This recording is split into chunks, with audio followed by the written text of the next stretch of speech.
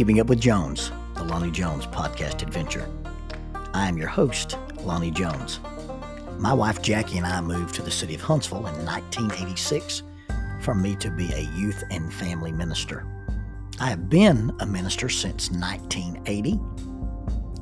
I have served in this community as a police chaplain assigned to a SWAT team since 1992, and I've been in private practice as a licensed professional counselor since 1998. I'm also an adventure educator and an avid outdoorsman. I dabble in rock climbing and I goof around with Brazilian Jiu-Jitsu. Our life has been full of many wonderful experiences and some just outright adventures. I used to write about those things in a little church bulletin article. So now instead of asking you to read those things, we're just going to talk about them in our podcast. And as we talk about them, we're going to talk about the facts. The facts lead to concepts, and the concepts lead to application. One caveat about the facts is, for the most part, we're going to tell you the facts just as they happened. But every now and then, we're going to tell you the way other people have told us they remember it happening with a little bit of embellishment. It's all good, clean fun and for educational purposes. Thank you for listening, and we hope you enjoy Keeping Up with Jones.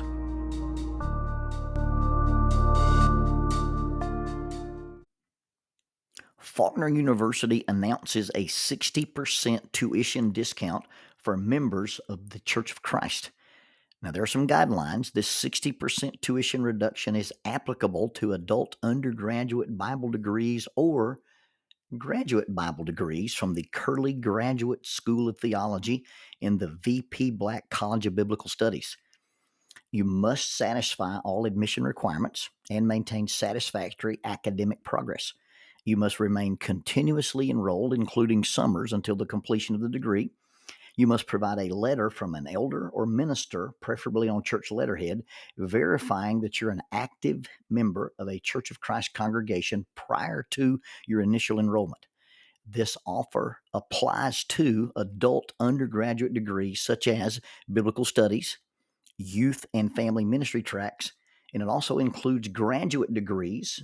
And those are the Master of Arts in Biblical Studies, the Master of Arts in Family Life Ministry, or a Master of Theology, and it also applies to the PhD in Biblical Studies. For undergraduate inquiries, please contact Adult Enrollment, 334-386-7140, 334-386-7140, or Adult Enrollment at Faulkner edu. That is Adult Enrollment at faulkner.edu. For graduate inquiries, please call 334-386-7539, 334-386-7539. Graduate enrollment at faulkner.edu. That is graduate enrollment at faulkner.edu. Faulkner University is a sponsor of Keeping Up with Jones, the Lonnie Jones podcast adventure.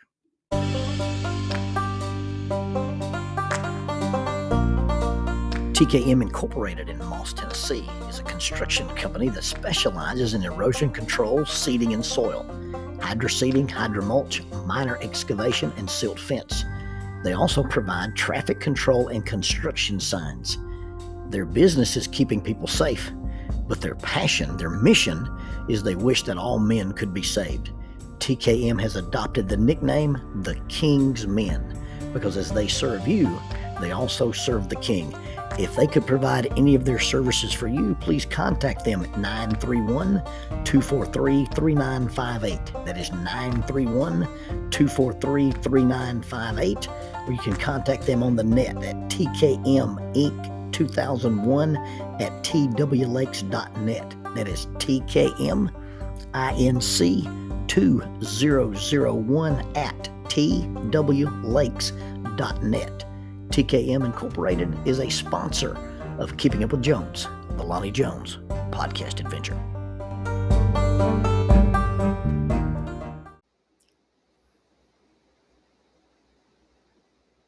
What we believe affects what we see. More often than what we see affects what we believe, or at least what we believe has an effect on what we want and or choose to see. It was a freshman English writing assignment. It was a research paper, and the English professor at my college probably had hopes that these young adults in his class would be sophisticated and mature. My paper was on Sasquatch. Now, I personally don't believe in the large bipedal primate roaming around the woods of North America. I did see something when I was a kid. I couldn't identify it. I don't know what it was. It was not a person. It was not a bear, but I don't know what it was. I have a friend named Robert Swain, and this is the same guy that I was in Tupelo, Mississippi with, and he's a Bigfoot researcher. And he's been out looking for them, and he said on multiple occasions he's seen something. I have another acquaintance who lived in a little place in Alabama called Rabbit Town, and he tells me that one night there was a disturbance with his horses, and he went outside his domicile, and he turned the corner of the building, and he was a arm's length and a 6-inch Colt python away from something that was large, covered in brown fur, and had red eyes. I was speaking at a church one time, and I do this presentation about perceptions, and I usually make this, it's an attempt to be humorous, but I say, no one who doesn't believe in Bigfoot has ever seen him. And I went on with my presentation, and then I was sitting at lunch. And as I was sitting at lunch, this gentleman leaned over the table. I'm on one side of the table, he's on the other. I'm sitting down, he's standing up, and he leans over the table, places these huge, massive hands on the table, and he says, "I seen it." And I said, I'm sorry. And I looked up, and he was visibly shaken, and he was shaking. He said, "I seen one." And again, I said, "Well, I'm sorry. When I was a boy, I was squirrel hunting on Keel Mountain, and one walked down below me while I was sitting on a terrace. It was lower than me, but it looked at me right in the eye. It looked me eye to eye, and I've never been back." He saw something, and it still frightens him to this day. I had Keith Wooden come out. He's with Aerial Game Recovery and Analysis, and he was going to help me find a deer. He put this drone in there, and I was super unfamiliar with drone technology. I didn't really know what they were capable of, but this drone had thermal imaging. This drone had the ability to zoom in and see detailed pictures with its camera. And as he flew over this piece of property that I hunt and said, "Well, there's a deer, and there's an armadillo, and there's a buck, and there's a deer laying down." With that drone technology, if there was something out there roaming around in the woods, then we don't need a game camera to find it. We've got drones. And if there was something out there with a heat signature that big, I believe a drone would prove its existence. But lots of people say they have seen something. And the ones who believe, they say they have seen what they want to believe. The professor read my rough draft. He was both interested and amused that as part of my evidences, as part of my sightings, that I used a piece from the Army Corps of Engineers manual, or a little pamphlet that they hand out to engineers that are working in the Northwest. And it lists animals that one might encounter, everything from the wolf to the coyote to certain kinds of snakes to bears and Bigfoot. Listed there in the Army Corps of Engineer little pamphlet said, if you see a creature like this, this is what it is. Now, they don't exist, but they talk about that you might run into one if you're working for the Army Corps of Engineers. It's illegal to shoot one in lots of states, but they don't exist. Time passed, and I turned in my paper, and in a matter of convenience and coincidence, it snowed on campus. We probably got about 4 inches of snow. Robert Swain, my friend who is a Bigfoot researcher, was interested in Bigfoot in those days, and he had a large pair of wooden feet that he carved out of these really thick boards, and he had these straps attached to them so that one could wear them on their feet.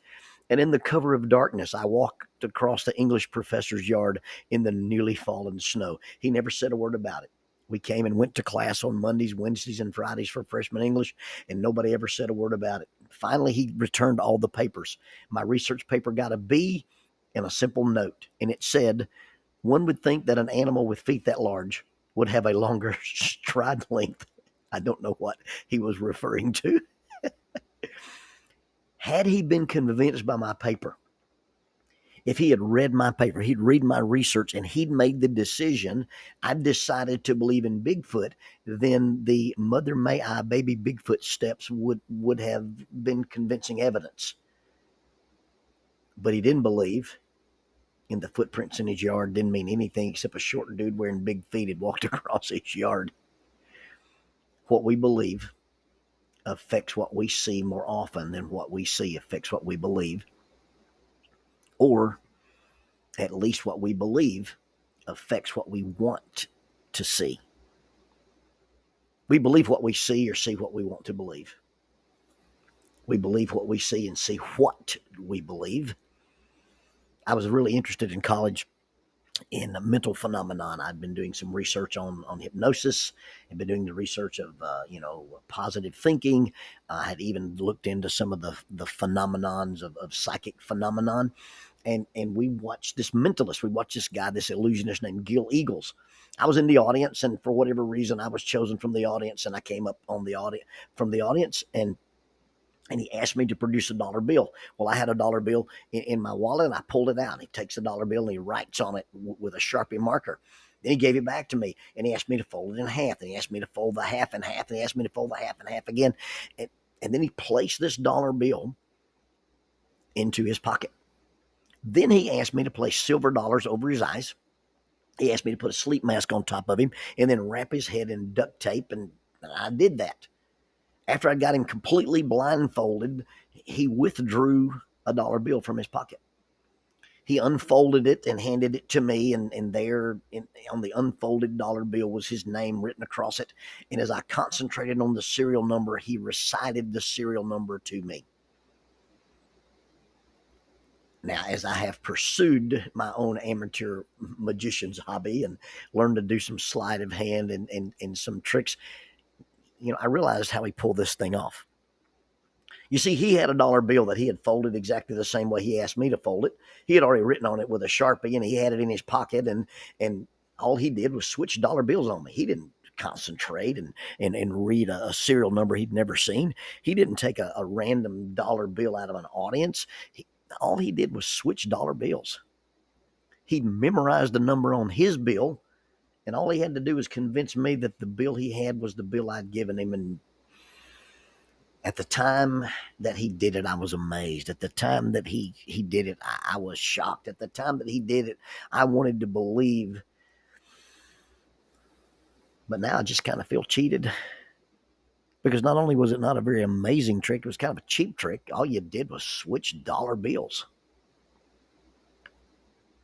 People who kill snakes only kill copperheads and water moccasins. Now, that's not because the only snakes in the world are copperheads and water moccasins. It's not because the only snakes in the woods and the only snakes at the river are copperheads and water moccasins. But the people who kill snakes and fear snakes only see poisonous ones. Well, I saw this snake and it was a copperhead. I saw this snake and it was a water moccasin. We have some traditional wisdom for identifying venomous snakes. And yes, I made the distinction. There are no such thing as poisonous snakes. You can eat all of them you want to. They won't hurt you. They don't all taste good, but they won't hurt you because snakes aren't poisonous. Snakes are venomous. Venom is injected. Poison is ingested. But we have this folk wisdom. We have these traditions. We have these well-meaning people who said, well, now here's an easy way to tell if a snake is venomous or not. You look at the shape of the head. You can look at the slit of the pupil. You can look at the canthal ridge above the eye. You can look at the heat-sensing pit on the face, and you can tell if it's a good snake or a bad snake. Well, unfortunately, not all venomous snakes follow these general rules. Coral snakes don't have pits. Coral snakes don't have cat eye slits in their eyes. None of the venomous snakes overseas in Cambodia and in some of the jungles follow any of these rules. The only real way to identify a venomous snake is to absolutely know the markings and the absence or presence of fangs. Now, to find out if it's got fangs or not, you got to get pretty close to it. You got to hold it behind the head. open the mouth and pry those little hinged hypodermic needles out of its face. But if you find fangs, you've got a venomous snakes. And then there's something about if you look at the belly of a snake and you go about 3/4 down the snake and you find this little plate called the anal plate. As you get south of that toward the tail, venomous snakes have a different plate than non-venomous snakes. The belly scales will either be segmented or they'll be straight across. And that's really the only way to tell a venomous snake from a non-venomous snake. Some people who hate snakes are only looking for the things that give them permission to hate them and kill them. We tend to believe what we see, and we tend to want to see what we believe. Seeing is believing, but only to the extent when we are able to see the truth. If we don't see the truth, then what we believe or want to believe is just not true. If we don't see the truth, then what we believe or say we saw is an interpretation because it has been filtered by our beliefs, and then that becomes our truth. Truth does not come with personal possessive pronouns, and pronouns are only as good as the truth. When a person does what he or she thinks is best for an organization, for a relationship, for a church, a friendship, a sports team, a policy, or a country, there will be different opinions. I hear preachers compared to cult leaders. I hear politicians compared to dictators. I hear parents called abusive, and I hear helping professionals called uncaring. And you get as many different opinions as you have the people who can espouse them. But opinion and truth are different. Opinions based on truth is one thing, and truth based on opinion is another thing. The only quote unquote evidence for Bigfoot is what people say they've seen or believe they saw, and lots and lots and lots of shaky, grainy photos and videos. You'd think if we can read the title off of a golf ball from a satellite in space, we could probably find a 8-foot tall, 600-pound gorilla walking around in North America. There is an explanation for all magic. You see, it's not magic, it's called illusion. It's tricking the eye. When you see it, you have to say, I don't know how he did it, but I know he didn't really do it. He didn't make anything appear. He didn't make anything disappear. He doesn't make things float. I see what it looks like, but what it looks like is an illusion. The only honest way to evaluate people, professions, policies, or politics is to look at the objective evidence. We can't just look at the isolated examples that are open to interpretation. We can't just look at the stuff that confirms what we want to see, our bias or our belief. We can't just look at the stuff that serves as a proof or a proof text for what we want to believe. We must see the facts as truth and not the facts as proof. My favorite saying about statistics is, figures don't lie, but liars can figure. There's a snake, it's called a green water snake, and if you look at him pretty closely, he's a pretty convincing stunt double for a water moccasin. He lives in the water, but it's not a water moccasin. It looks a lot like a water moccasin. It has the right color, it has a triangle head, but it's not a water moccasin. A faulty assessment of the snake does not change the truth. How one feels about it, or snakes in general, doesn't change the truth. What we've always been told on how to identify one doesn't change the truth. And just because you don't like it, or you're afraid of it, or you just can't tell the difference in it, doesn't change the truth. One's fear doesn't change the truth. Lack of knowledge doesn't change the truth. And just because you can't understand why somebody is or is not upset about the thing doesn't change the truth. truth is not about opinion, and opinion is not truth. And if I tell somebody it's a beneficial snake, it doesn't make anybody feel better if they are emotionally invested in hating the snake. If I say it's a beneficial snake, it doesn't make anybody feel better if the rats that the snake gets rid of are the rats the other person likes, the other person supports, the other person agrees with, or the other person approves. Be careful in what you see. Be more careful in letting what you see confirm what you believe. And be careful letting what you believe confirm what you want to see. Don't make people who tell the truth your enemy. And don't make an enemy out of the truth.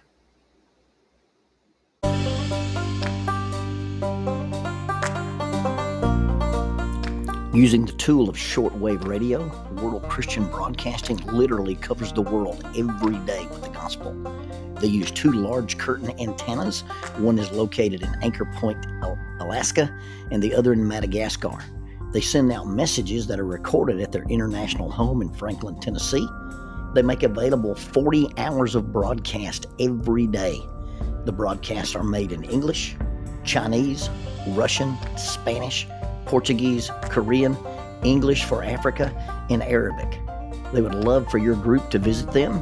You can bring your ladies group, your youth group, or your men's group. Just give them a call at 615-371-8707, 615-371-8707, or you can go to worldchristian.org, find the Donate Here button, and make a financial contribution to support this work that literally covers the world every day with the gospel.